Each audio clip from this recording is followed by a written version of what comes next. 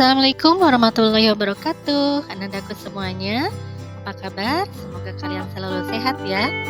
Pada kesempatan kali ini, Ibu ingin menyampaikan terkait karya tulis ilmiah, yaitu materi Bahasa Indonesia di kelas 11. Simak dengan baik ya materinya. Apa itu karya tulis ilmiah?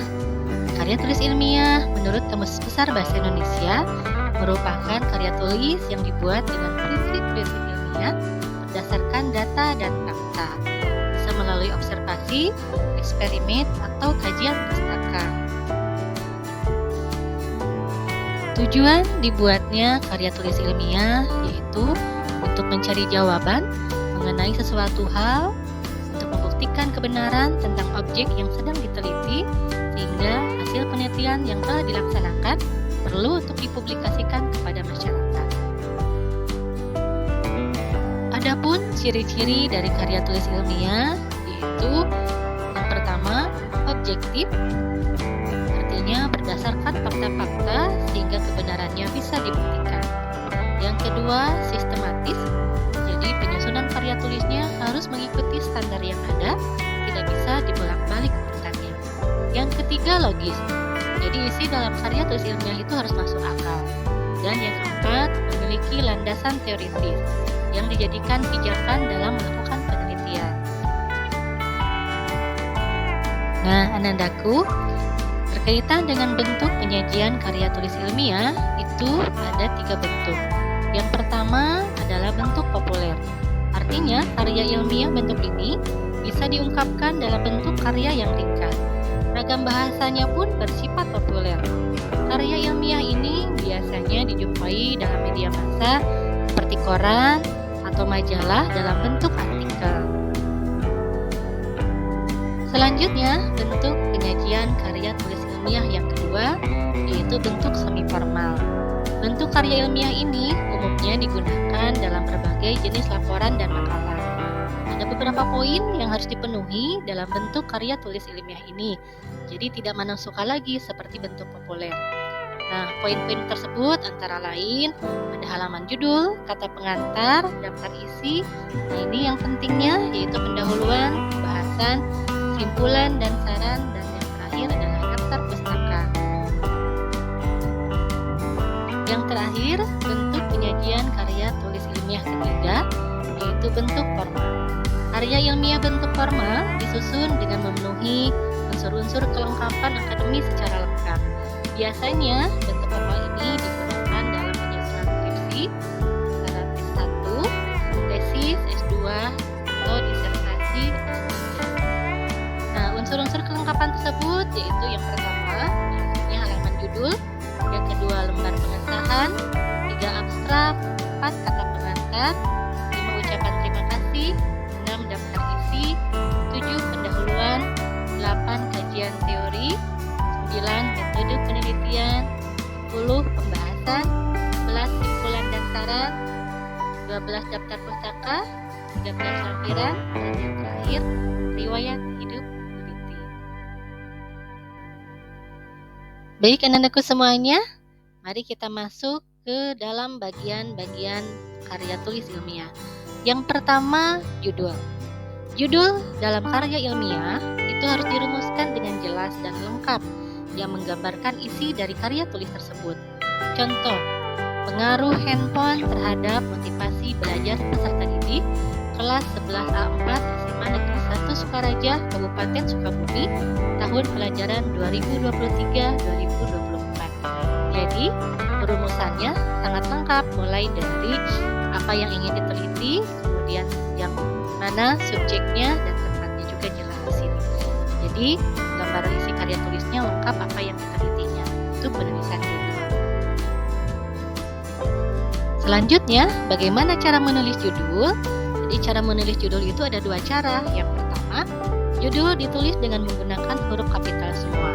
Contoh, pengaruh media gambar terhadap kemampuan menulis cerpen peserta didik kelas 11A1 SMA Negeri 1 Sukaraja, Kabupaten Sukabumi, tahun pelajaran 2023-2024. Jadi semua hurufnya itu ditulis dengan menggunakan huruf kapital. Itu cara menulis judul yang pertama. Cara menulis judul yang kedua yaitu dengan menggunakan huruf kapital pada huruf awal setiap kata kecuali kata depan serta kata hubung atau konjungsi. Penulisannya menggunakan huruf kecil seperti di, dari, dan, dengan, yang, untuk itu menggunakan huruf kecil awalnya.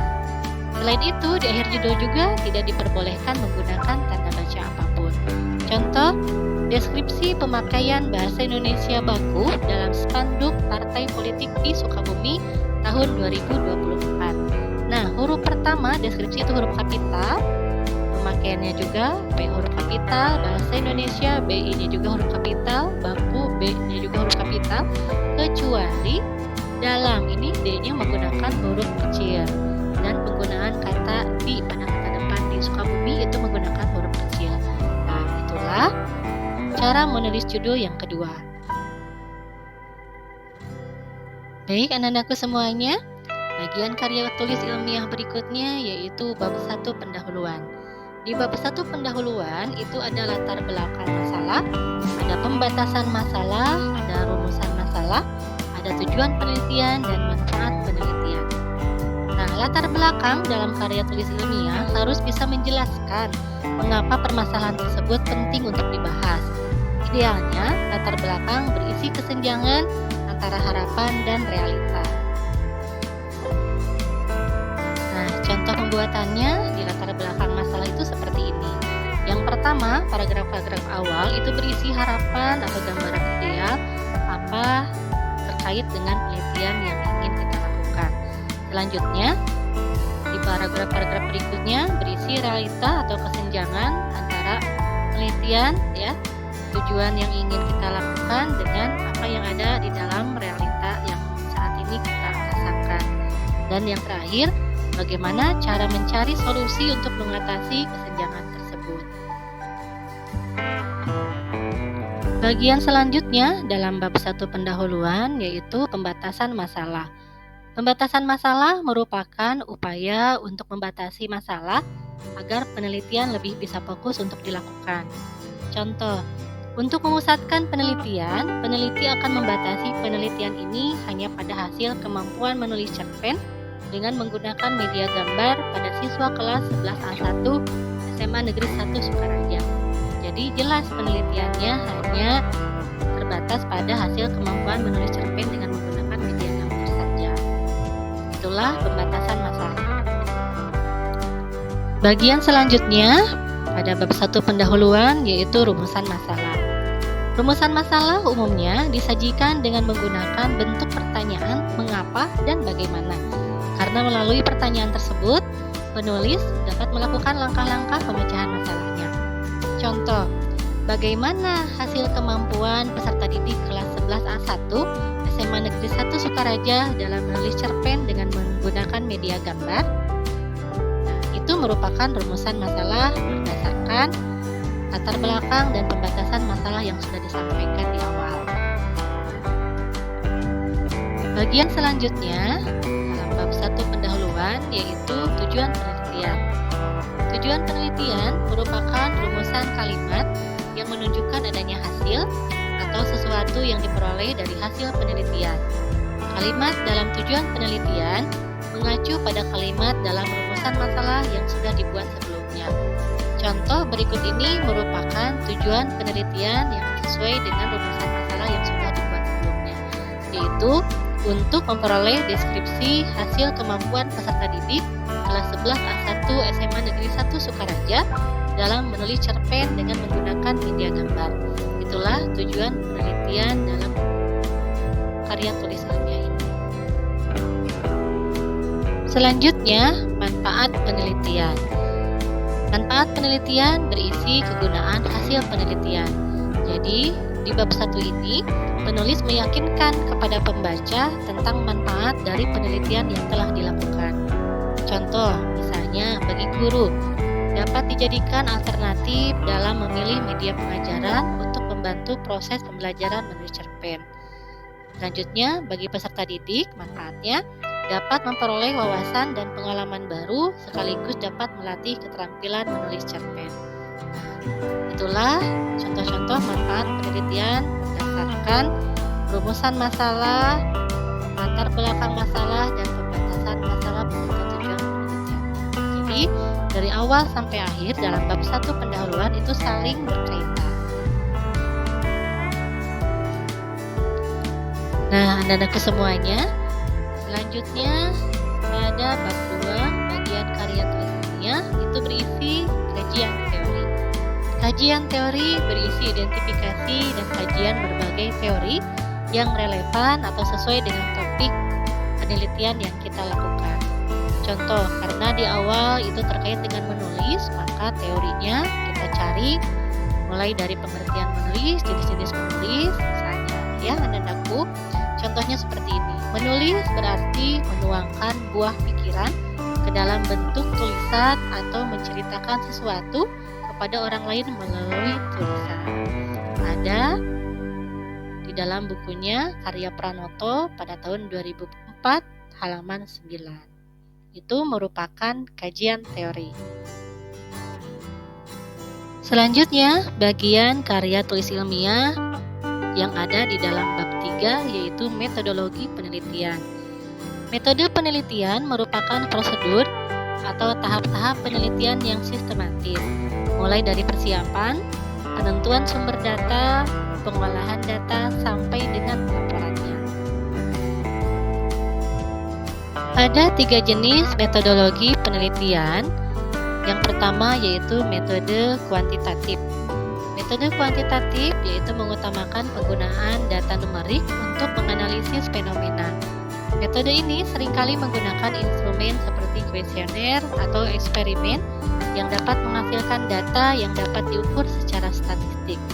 Tujuannya untuk menghasilkan hasil yang dapat digeneralisasi ke populasi yang lebih besar. Metode ini cocok untuk penelitian yang bertujuan untuk menguji hipotesis tertentu. Yang kedua, metode kualitatif.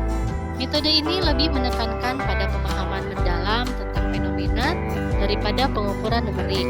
Metode ini sering menggunakan wawancara mendalam, observasi, dan studi kasus untuk mengumpulkan data yang lebih deskriptif dan naratif. Penelitian kualitatif bertujuan untuk memahami perspektif dan pengalaman subjek penelitian secara lebih holistik. Dan yang ketiga, metode campuran. Jadi metode ini merupakan kombinasi dari pendekatan kuantitatif dan kualitatif. Nah, itulah ketiga jenis metodologi penelitian. Nah, selanjutnya anak-anakku bagian karya tulis ilmiah pada bab 4 yaitu bab pembahasan. Pembahasan merupakan bagian yang berisi jawaban dari setiap rumusan masalah yang sudah disampaikan di bab 1 yaitu bab pendahuluan. Jadi pemaparan dalam pembahasan dapat dibantu dan dilengkapi dengan menggunakan grafik, tabel atau diagram agar data atau informasi lebih mudah tersampaikan kepada masyarakat. Selanjutnya, bagian karya tulis ilmiah yang terakhir yaitu bab 5 berisi simpulan dan saran. Simpulan adalah bagian di mana penulis menyajikan kesimpulan dari data dan analisis yang telah dilakukan sepanjang penelitian. Ini adalah inti dari apa yang telah diteliti, menyoroti apakah hipotesis awal diterima atau ditolak, serta menyediakan jawaban dari pertanyaan penelitian yang diajukan. Sementara itu, saran adalah bagian yang ditujukan untuk memberikan rekomendasi berdasarkan hasil penelitian. Saran ini bisa ditujukan kepada praktisi, peneliti selanjutnya, atau kebijakan yang relevan. Saran biasanya dibuat untuk menunjukkan bagaimana hasil penelitian ini dapat bermanfaat untuk penelitian selanjutnya. Nah, bagian selanjutnya dalam karya tulis ilmiah yaitu daftar pustaka. Daftar pustaka merupakan bagian yang memuat seluruh informasi sumber kepustakaan atau referensi yang digunakan sebagai landasan dalam menulis penelitian dalam karya tulis ilmiah. Contoh referensi yang bersumber dari buku, penulisannya nama, titik, tahun terbit, titik, judul, buku, titik, kota terbit, titik, 2, penerbit, titik. Contohnya Surya Dinata, ya maksudnya adalah nama pengarangnya L. Surya Dinata, bukunya terbit pada tahun 2016, Judul bukunya Pemikiran Politik Indonesia 1945 sampai 1965. Penulisan judul buku ini ditulis cetak miring, kemudian awalnya menggunakan huruf kapital. Ini ada kesalahan penulisan. Politik P-nya di sini harusnya huruf kapital. Kemudian titik Jakarta, kota terbit, titik 2. Kemudian selanjutnya penerbit di akhir dengan menggunakan tanda baca titik. Itu jika referensinya dari buku. Jika referensi atau sumber perpustakaannya dari artikel atau jurnal, mulai dari nama, tahun, judul artikel, nama jurnal, kolom jurnal, dan halaman. Contoh Raharjo T. Tahun 2018, judul artikelnya Dinamika Politik Lokal di Era Reformasi. Nama jurnalnya Jurnal Ilmu Sosial dan Ilmu Politik. Kolom jurnalnya 22. Kemudian halaman 204 sampai 218. Ini merupakan contoh referensi dari buku dan dari artikel. Silahkan anandaku cari referensi lain ya, bagaimana penulisan daftar pustaka dari sumber-sumber lainnya, misalnya dari internet ataupun dari makalah, skripsi ataupun yang lainnya. Silahkan kalian berselancar di dunia maya. Bagian selanjutnya ya, yaitu bagian lampiran. Dalam konteks karya tulis ilmiah, lampiran adalah bagian yang berisi materi pendukung yang tidak dimasukkan ke dalam bab penelitian sebelumnya untuk menjaga kelancaran dan koherensi pembahasan. Lampiran ini biasanya mencangkup data mentah, tabel, grafik, gambar, kuesioner, transkrip wawancara, dokumentasi foto, atau dokumen lain yang relevan dengan penelitian. Lampiran berfungsi untuk memberikan bukti atau rincian tambahan yang dapat membantu pembaca memahami atau memverifikasi hasil penelitian dengan lebih mendalam. Penempatan lampiran di bagian akhir dokumen memudahkan pembaca yang tertarik untuk mengeksplorasi data lebih lanjut tanpa mengganggu alur utama pembacaan. Baik, anak-anakku semuanya, demikian materi pengenalan karya tulis ilmiah di kelas 11. Semoga bermanfaat dan tetap semangat untuk belajar. Terima kasih. Assalamualaikum warahmatullahi wabarakatuh.